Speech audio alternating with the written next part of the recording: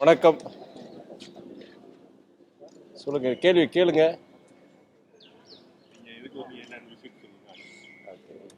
இன்னைக்கு ஒரு நீண்ட கால ஒரு கோரிக்கை, மக்களுடைய கோரிக்கை. உடையான்பட்டி, பூங்குடி, இனாம்குளத்தூர் இந்த 3 பகுதியில் ரயில்வே மேம்பாலங்கள் ஒரு நீண்ட கால கோரிக்கை. அதை நான் ஒன்றிய ரயில்வே துறை அமைச்சர் திரு அஸ்வினி வைஷ்ணவ் மற்றும் ரயில்வே துறை அதிகாரிகளிடம் அதை குறித்து நான் பேசினேன். அது நீண்டகால கோரிக்கையை பற்றி நான் வலியுறுத்தி பேசும் பொழுது கண்டிப்பாக அதை பரிசீலித்து அதை செய்வதாக அவர் கூறியுள்ளார்கள்.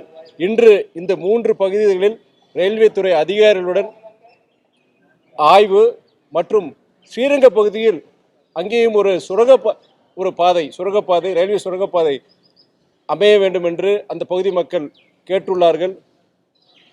பல விபத்துகளை தொடர்ந்து அந்த பகுதியில் விபத்துகள் நடந்து வருவதாகவும் அங்கே ஒரு சுரங்கப்பாதை அமைய வேண்டும் என்ற மக்கள் கோரிக்கையும் ஏற்று இன்று அங்கேயும் சென்று ரயில்வே துறை அதிகாரிகளுடன் ஆய்வு செய்ய உள்ளேன். இன்றைக்கு பொறுத்தவரைக்கும் இதுதான்.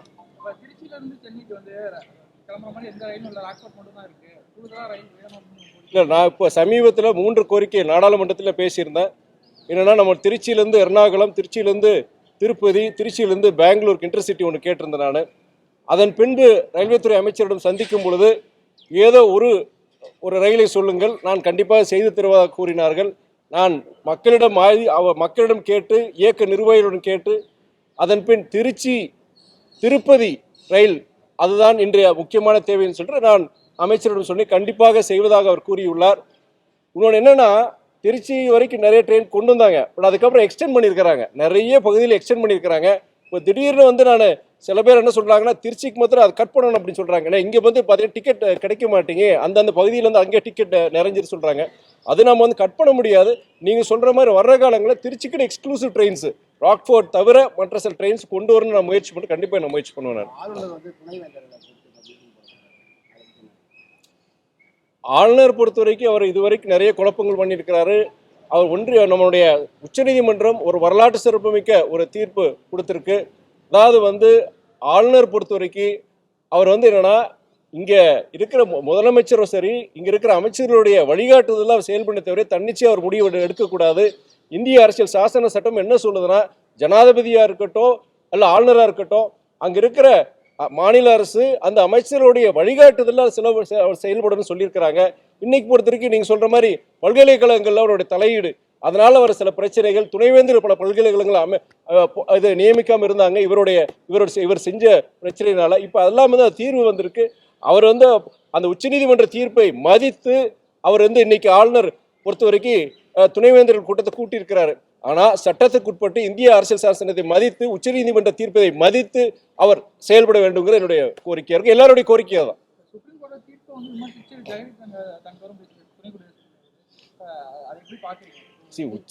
உச்சநீதிமன்ற தீர்ப்புங்கிறது வரலாற்று சிறப்புமிக்க தீர்ப்பு. Nobody is above the law, nobody is above the constitution தான் அதோடைய அர்த்தம். நீங்க என்னதான் ஒரு வைஸ் பிரசிடென்ட் ஒரு ஜெகதீப் தன்கரா இருக்கட்டும், இல்ல நீங்க ஜனாதிபதியை சொல்லட்டும், அது இன்னைக்கு யாரும் இந்திய அரசியல் சாசன சட்டத்துக்கு அப்பாற்பட்டு யாரும் செயல்பட முடியாத அந்த தீர்ப்பா இருக்கும். அது மதிக்கணும். அது நம்ம துணை ஜனாதிபதியா இருக்கட்டும் இல்ல ஜனாதிபதியை சொன்னாலும் அது தவறு தான் நான் சொல்லுவேன்.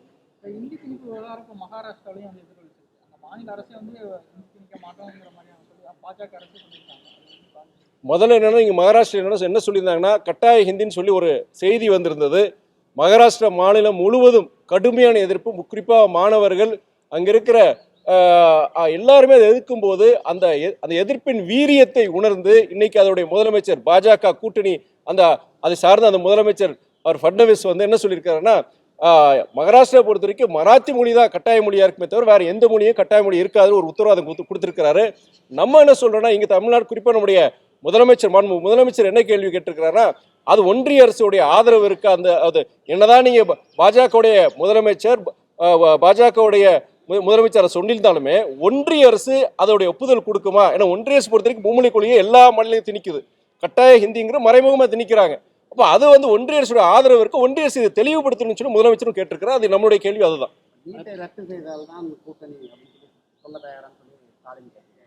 அதாவது இன்னைக்கு நம்முடைய முதலமைச்சர் அதிமுகவின் தலைவர் அண்ணன் எடப்பாடி அவர் என்ன சொல்லியிருக்கிறாருன்னா, அவரே சொல்லியிருக்கிறார் சட்டமன்றத்தில் என்ன சொல்லியிருக்கிறாருன்னா, அவரே ஒத்துக்கிறாரு, நீட் தேவையில்லை, இது நீட் ஒரு பிரச்சனை, அப்படின்னு சொல்லி அவர் ஒரு குற்றச்சாட்டு வைக்கிறார். இது நீங்க காங்கிரஸ் மூலியமா தானே வந்ததுன்னு சொல்லிட்டு அந்த இதுக்குள்ள போகணும். ஏன்னா சர்ச்சையை பொறுத்திருக்கேன்னா அது நம்ம சொல்லிட்டே இருக்கலாம். அதாவது வந்து சுப்ரீம் கோர்ட்ல ஒரு தீர்ப்பு வச்சு அதை அமல்படுத்த சொல்றாங்க. அன்றைய அரசு பொறுத்த வரைக்கும் அதை அமல்படுத்த வேண்டிய சூழ்நிலை வந்து, ஆனா எந்த நேரத்தில் அது தமிழ்நாட்டில் கொண்டு வரப்பட்டுங்கிறதா இப்போ கேள்வி. அது அதிமுக ஆட்சியில் கொண்டு வரப்பட்டதுன்னா நம்ம முதலமைச்சர் சொல்றாங்க.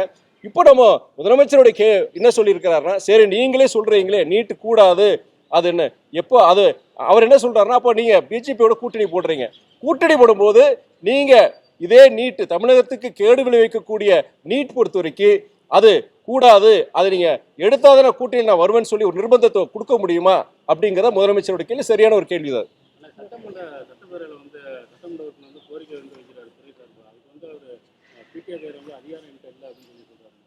அது அவர் அவைத்தலைவரே அதுக்கு உண்டான பதில் சொல்லியிருக்கிறாரு. சார்ந்த அமைச்சர், துறை சார்ந்த அமைச்சரே அப்படி பேசக்கூடாது, அதை வந்து அது ஒரு பாசிட்டிவான ரிப்ளையா இருக்கணும்னு சொல்லிட்டு நம்மளுடைய சபாநாயகர் அவர் அப்பாவே நம்ம சொல்லியிருக்கிறாரு. அதனால வந்து அவர் அப்படி சொல்லியிருக்கிறதா அது நிதர்சன உண்மையை கூட சொல்லியிருக்கலாம்.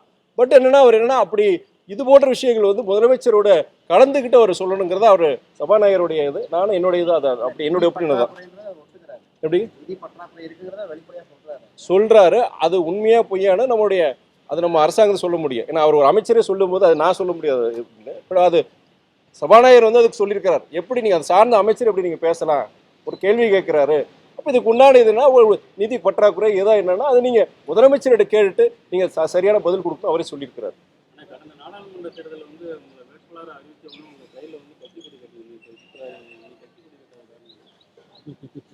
ஞாபகப்படுத்துறதுக்கு நன்றிங்க. ஞாபகம் வந்துடும், கட்டிடுவார். ஏங்க நீங்க பேப்பர் படிக்கலீங்களா நீங்க சகோதரர்? பேப்பர்லேயே வந்துருச்சு, நேற்று எல்லா டிவிலையும் சொல்லியிருந்தோம். கண்டிப்பாக அதை நான் ராஜினாமா நான் திரும்பி வாங்கிட்டேன். நான் என்ன காரணங்கள் நான் சொல்லியிருக்கிறேன். நான் இயக்க தோழர்கள் நிர்வாகிகள் 100% அதிமுகவுடைய அவருடைய கோபம் இருந்தது, எல்லாருடைய கோபம் இருந்தது. ஆனால் எங்களுடைய இயக்கத்தை தலைவர் வைகோடைய மனிதநேயத்திற்கு அந்த கோபம் வந்து அது அடிபணிந்ததுன்னு நான் சொல்லுவேன். நான் அதனால் நடந்தவையா இருக்கட்டும், நடப்பவை நல்லவையா இருக்கட்டும்ங்கிற அந்த இதுபடி நாங்கள் வந்து இயக்க நலனுக்காண்டி தமிழ்நாட்டு நலனுக்காண்டி தொடர்ந்து மறுமலர்ச்சி திராவிட முன்னேற்ற கழகம் பாடுபடுங்கிறத நான் சொல்ல முடியும். ஏங்க நான் வெளிப்படையாக பேசுகிறவங்க டக்கு டக்குன்னு முகம் மாறாது. என் சுவாவை டக்கு அதனால் அந்த மக்கள் பணி நிறைய செஞ்சுட்டு பாராட்டுறீங்க. நீங்கள் கொஞ்சம் அரசியலும் கற்றுக்கணும். அது இனிமேல் காலங்கால கொஞ்சம் கொஞ்சமாக வரும்னு நினைக்கிறேன். எனக்கு பத்திரிகை நண்பர்கள் எல்லாருக்கும் தயவுசெய்து இன்னைக்கு வந்து நிறைய வேலைகள் இருக்குது, மக்கள் பணி இருக்குது, நாளைக்கு இருக்குது, நாளானைக்கு இருக்குது. இந்த அரசியல் வேண்டாம். இன்னைக்கு மக்கள் பணி மத்திரம் நீங்க எதாவது கேளுங்க, மக்கள் பணி பற்றி கேளுங்க. பேசுறேன். அண்ணா வந்து அப்படி சொல்லவே இல்லை. அண்ணா திருமணம் அப்படி சொல்லவும் மாட்டாரு. அவர் என்ன சொல்லியிருக்கிறாருன்னா, அதாவது சில இயக்கங்கள் பொறுத்த வரைக்கும், அதாவது விடுதலை சிறுத்தைகள் இயக்கம் பொறுத்த வரைக்கும், அதாவது இந்த கூட்டணி ஆட்சிக்கு சில சலுகைகளுக்காண்டி நாங்கள் வந்து சில இருந்து தலித்துகளுக்காண்டி நாங்கள் போராடலை அப்படின்னு சொல்லிட்டு அந்த உரிமையை நாங்கள் நிலைநாட்டலைன்னு சொல்லி சில பேர் சொல்கிறாங்க, தவறான கருத்து சொல்கிறாங்க. நாங்கள் தொடர்ந்து பட்டியலின மக்களுக்கும் அனைத்து ஒடுக்கப்பட்ட மக்களுக்கும் நானும் சரி என்னுடைய இயக்கம் விடுதலை சிறுத்தைகள் தொடர்ந்து நாங்கள் போராடிட்டு தான் இருக்கோம். அப்படிலாம் நீங்கள் அப்படி எங்களை இது பண்ண முடியாது, தவறான சித்தரிப்புன்னு சொல்லியிருக்கிறத தவிர என்னைக்கும் அவர் அந்த மாதிரி கருத்தை சொல்லலை. அவர்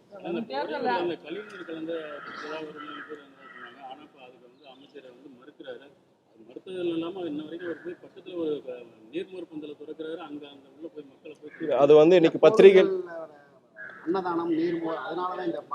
அதாவது என்னன்னா, எங்களுடைய இயக்க தோழர்கள் இங்க திருச்சி இருக்க சகோதரர்கிட்ட நானும் கேட்டேன். அது என்னன்னா, பத்திரிகைகள் வந்து ஒரு செய்திகள் என்னன்னா, சில பத்திரிகைகள் சில எதிர்கட்சியினுடைய குற்றச்சாட்டு என்னன்னா, அந்த 3 பேர் அந்த இறந்ததா இருக்கட்டும், ஒரு குழந்தை இறந்ததா இருக்கட்டும், அது வந்து தண்ணீர் அந்த குடிதண்ணீர்ல வந்து அந்த இது கலந்தது, சாக்கடை இது கலந்ததுனால அது இறந்ததா ஒரு குற்றச்சாட்டு வைக்கிறாங்க.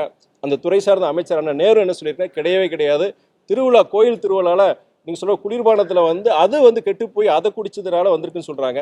இது என்னன்னா, நான் இது விசாரிச்சாது தெரிய முடியும். ஆனால் விசாரிச்சிருக்காங்க, டெஸ்ட் பண்ணியிருக்கிறாங்க, எல்லாம் பண்ணியிருக்கிறாங்க. அதில் வந்து அப்படி இல்லை, குடிதண்ணீர் அப்படி இல்லைன்னு சொல்லி டெஸ்ட் ரிப்போர்ட் வந்திருக்கிற அமைச்சரும் அதுக்கு கரெக்டாக பதில் சொல்லியிருக்கிறாரு.